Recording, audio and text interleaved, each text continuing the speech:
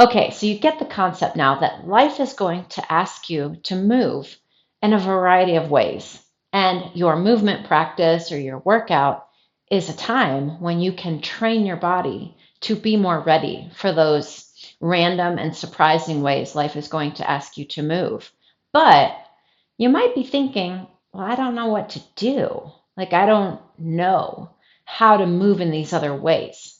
This movement sequence will help you out. So let's start with the neck. Some common ways that you probably have already thought of to move your neck are to stretch it to the side, dropping your ears to one side and the other, or to practice turning your head in each direction. One thing people sometimes forget about is that we also need to look up and down. So you could practice several reps of this as part of your daily movement routine. This is one that I definitely enjoy. But also, what about when you need to look down and away or up and away? So let's do a couple of those now. What I want you to do is look down and towards the floor on one side. Your ear comes towards your shoulder, but you're also turning your head slightly, and then come up. Same thing on the other side.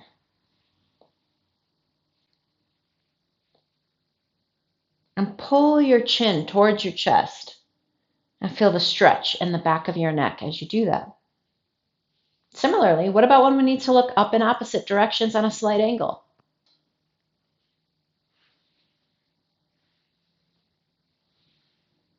And then you can put it all together and roll your neck in each direction with that slight angle towards the corners of the room. Now, chances are you probably have been told somewhere along the way that moving our neck in certain ways is not good for us, but that's just not true. Our neck is made to move in a variety of ways. We don't want to push into anything that pinches or that hurts, but we do want to explore movement. So you might start with these motions I'm showing you and find that you have a lot of cracklies and crunchies in there. And that's okay. That's just stuff moving. But slowly explore and look into some of these different angles that are beyond just left to right or ear to ear or ear to shoulder. So that's our neck. What I usually start with in the morning is a few of all of those motions, putting them all together in whatever way suits me best for that day. Now let's go to the shoulders. You learned in the book bonus exercise, a very nice shoulder exercise to explore the full range of motion that your shoulder has, and that you can expand that over time by doing that activity. But that's kind of this full range of motion here, and you might think, well, that's it. It's not, though. We have more we can do with our shoulders, namely focusing on moving our shoulder blades and doing more rotation in our shoulder joint. So for the shoulder blades, think of your shoulder blades behind you, and they're going to be the driver of the motion. So I want you to use your shoulder blades to reach your arms forward. Now keep them like that and use your shoulder blades to lift your arms up. Now keep them high and use your shoulder blades to pull your arms back. And then keep them back and use your shoulder blades to press your arms down. Now let's go back to reaching forward, lifting up, pulling back, pressing down. See if we can reverse it. Press up, reach forward, press down, pull back, pull up, press forward, press down, press back. That's just one example of how your shoulder blades are made to move.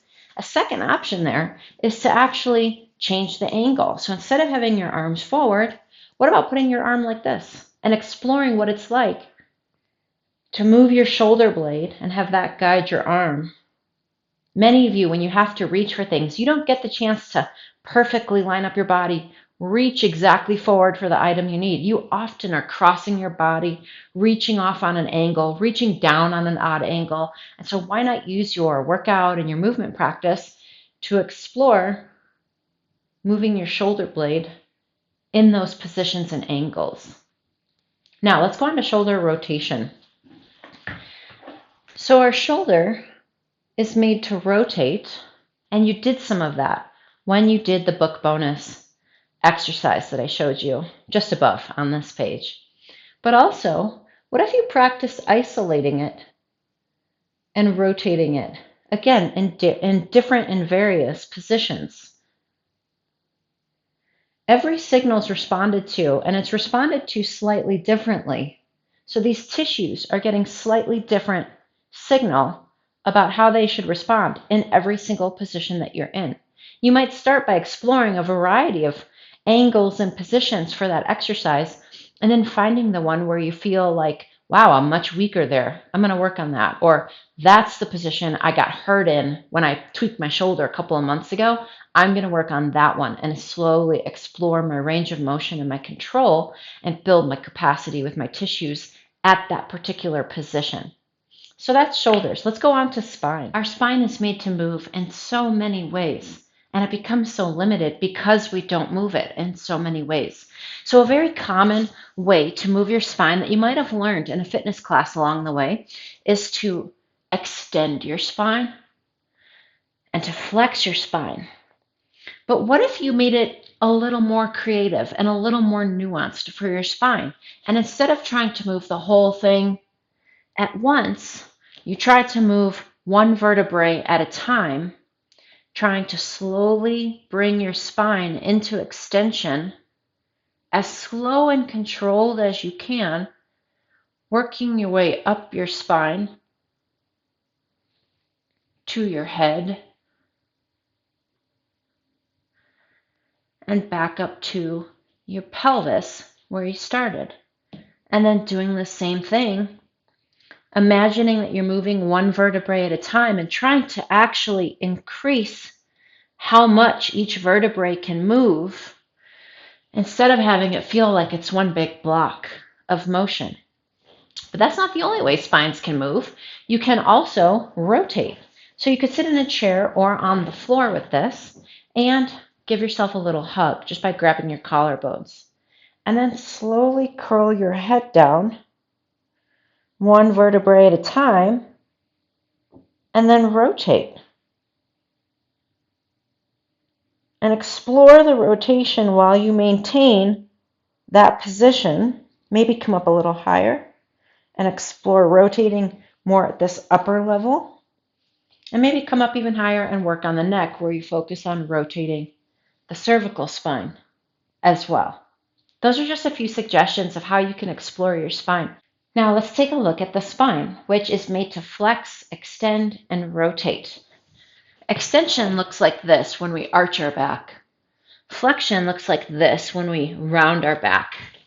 And rotation, of course, is when we turn our body, and we can turn throughout our entire spine. Most of life is going to ask us to do a combination of all of that. And ideally, if we can get as much motion at each of the vertebrae as we possibly can, then we're going to have more freedom, more control, and more strength as we navigate each of those movements. So if you take an all fours position and imagine going towards this extended position, but do it one vertebrae at a time. Imagine a little elf right here, and he's going to walk up your spine. And with each vertebrae he walks over, you're going to move it into extension. And we'll start down at the pelvis. Going nice and slow, exploring how to move each of the vertebrae, slowly going up the back of the spine, through the thoracic vertebrae, which is that mid-back area, and up to the cervical spine. And then the elf has to walk back home. So every vertebrae he walks over, we're going to bring ourselves back up into neutral. And then we can go the other way. We can start by tucking our pelvis under and start bringing each vertebrae up into flexion and just seeing where we can control and where we can explore and what feels stiff and what feels disconnected.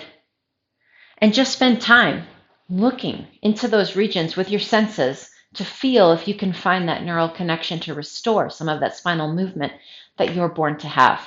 Then there's rotation. So you could sit on the floor or you could sit in a chair. I think a lot of folks that I work with like to sit in a chair for this, but I'm down here, so I'll just do this. Give yourself a little hug by holding onto your collarbone. And then slowly curl into flexion, wrapping your chin towards your chest, and then rotate. It's that simple. Explore rotation with control. Maybe unflex a little bit and explore rotation there. Maybe flex a little farther and explore that. Every signal in your body is being responded to. And when we don't move in a certain way, that teaches our body that we shouldn't be capable of moving in that way. So with gentle, creative, curious exploration, you can take something like your spine and just start looking around and seeing like, okay, how do I move that way? Oh, interesting. I can't move that way. Let me work on that. And you can find so many great opportunities. So now let's go on to the hips and look at some creative ways to incorporate more movement there. In the book bonus exercise video, which is above, I showed you a way to move your hip through its complete hip joint rotation. We move it through flexion, extension, AB and adduction, where it goes out away from the body and it comes back in, and we even work on rotation in that exercise. In addition, you can sit in a chair and explore rotation on its own, much like we did with the shoulder joint. So you can sit, squeeze your leg, and then watch your leg as you try to rotate it inward and outward. And what you're doing is sending signals to your hip capsule saying, hey, I'd like you to move. Could you work on this with me? And over time, they're going to respond by becoming more favorable to this movement, getting stronger, moving more cleanly, maybe having more range of motion. So that's a simple thing you can work into your day to explore more movement for your hip capsule. In addition, how many of us are sitting in chairs all day long? You can take a leg and prop it up, which is probably something you do already. But instead of just sitting there, maybe while you're doing something not quite so important at your work where it doesn't require tons of focus, or you're just relaxing at home, or you're getting ready to go somewhere and you're putting your shoes on, you could just do a few seconds of this. So with your leg propped up, you probably already are going to feel a stretch in your butt or your hip joint or somewhere around this area. By just placing your hand here, you're going to add to that stretch a little bit. And then take your leg from your hip joint, try to press your leg up into your hand. So this is pressing this way, and this is resisting it. And now you're signaling to your hips, to your hip joint, and to the rest of your leg, hey, let's actually work some strength to go this way. And what your nervous system learns is, oh, you're safe in that position. Okay, I'll grant you a little more range of motion. Press up, hold for 10 seconds at a light intensity, and then relax. Keep your hand there. Press up again. And then relax. You could go the other way too. You could say, okay, here's where my leg is at. I'm going to put my hand right here for a second. And now I'm going to try to press my leg down into my hand. And I can feel the butt and the hip muscles working as I do that. And then relax. And then do it again. And you might think, well, that's so simple. That can't possibly be doing anything. Every signal is being responded to. I'll say it till I'm blue in the face. Simply by exploring movement on a regular basis, you also make it, as you learned in the book, so that you don't have only signals being sent during your workout. You actually end up with a much larger volume of signals because you're spending your entire day putting in little bits of movement here and there, just simple things that you can do literally without thinking. While you're listening to someone talk, you can do this. While you're on the phone doing something, waiting on hold, to talk to the representative, you can be doing this. So those are a few examples of ways you can add more movement and be creative with how you move your hips. Now, my challenge to you is to go through your next week of life and explore movement in as many ways as you can during your movement practice, your workout, and your daily life, because that's where you're living 24/7. So get out and explore. Use this as a jumping off point, and I can't wait to see what creative ways to move you come up with.